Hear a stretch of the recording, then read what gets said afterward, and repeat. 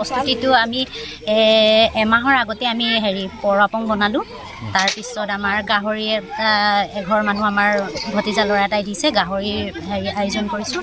তাৰ পৰা আমাৰ ডেকা গাভৰুসকলে তৰাপাত, তাৰপিছত ঘৰ বনোৱা সেইবোৰ প্ৰস্তুতি চলাই আছোঁ আমি।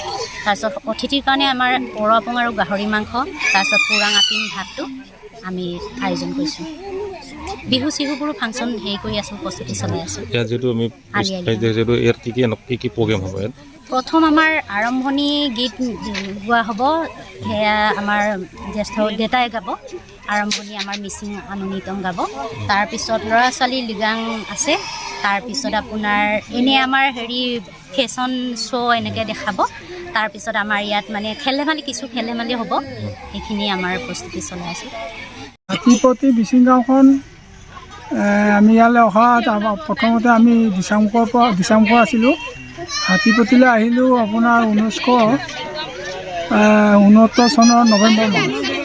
তাৰ পৰা আহি এতিয়া কেইবাবছৰ হ'ল আমি আলি আই লৃগাং 74 চনত এবাৰ খুব পাতিছিলোঁ আমি, খুব টনাটনিকৈ।